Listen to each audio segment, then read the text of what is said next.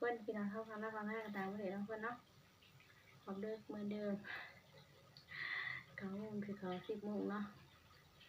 มากินแกงเห็ดกันจ้ะทุกคนไม่ต้มเนาะคันนี้เฮา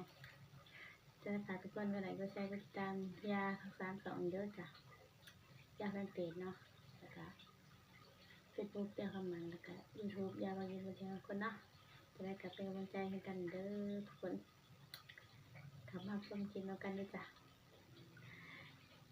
บอกอะไรอย่าห่างทุกคนเนาะมากินกันเลยแกงเห็ดทุกคนแกงเห็ดแกงเห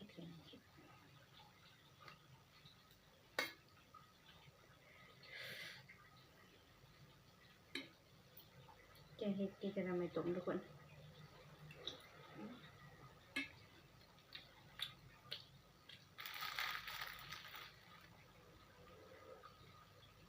แกงหอมเห็ดเนาะ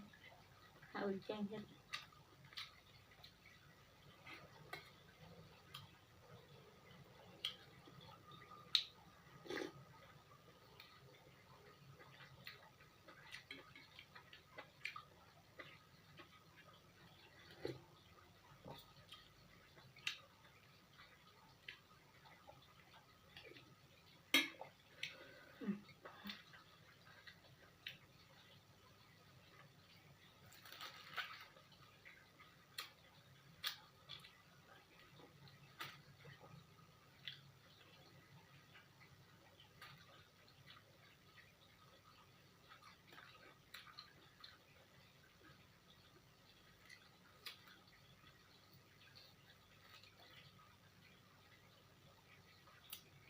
เป็นไม่ต้มนะเป็นหอนไม่ต้มบ้านเฮาเนาะ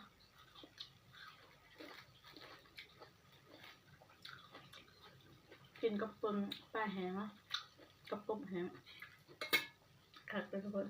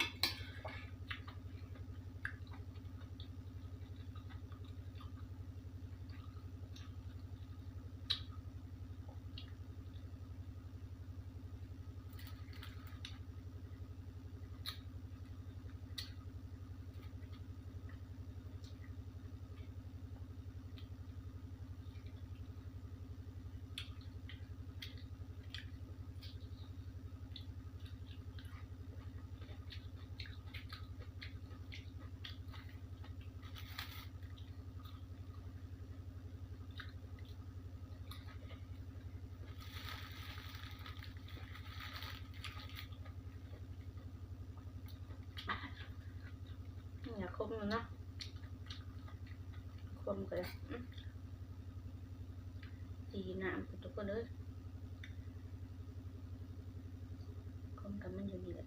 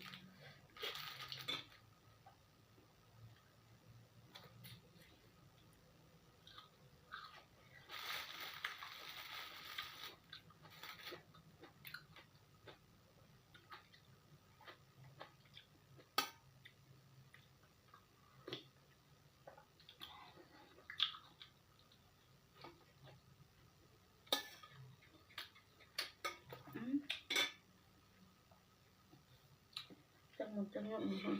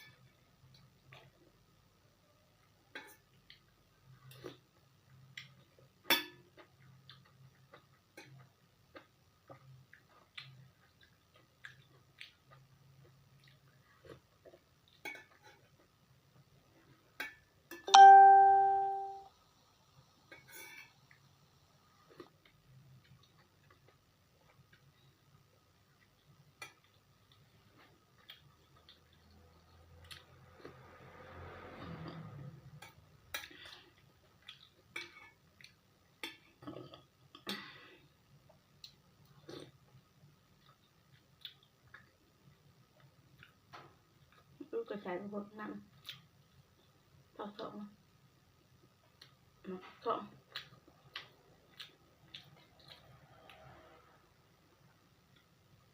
อีสานแบบมันอึ